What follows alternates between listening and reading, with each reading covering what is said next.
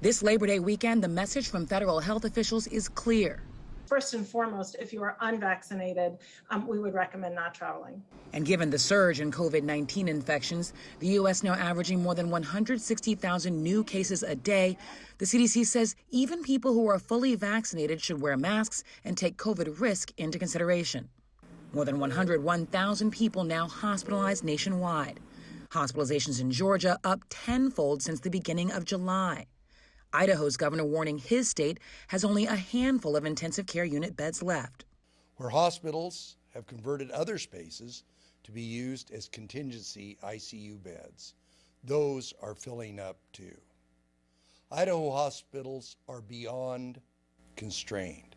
The toll on the nation already steep and rising. Average daily COVID deaths now topping 1,300, more than doubling since mid-August. Social Security and Medicare trustees now projecting mortality rates during the 2020 to 2023 period for those age 15 and up will be 15% higher than before the pandemic. And there are growing concerns about rising cases among children who are already being hospitalized with COVID at the highest rate in more than a year, according to CDC data.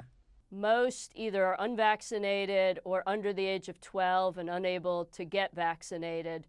The numbers have been 3 or 4 times what we were seeing last winter at its peak.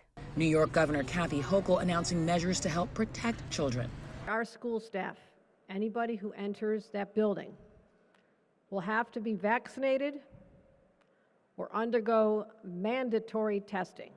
More than 3,000 students in one Fort Worth, Texas school district now quarantined due to COVID exposure after just 2 weeks of school.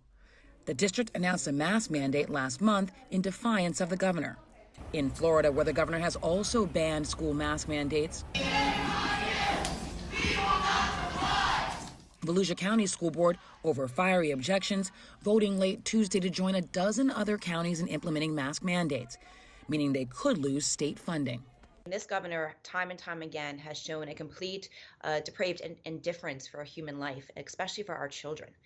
We are seeing cases, the largest section of cases in our state last week were those under 12 years old.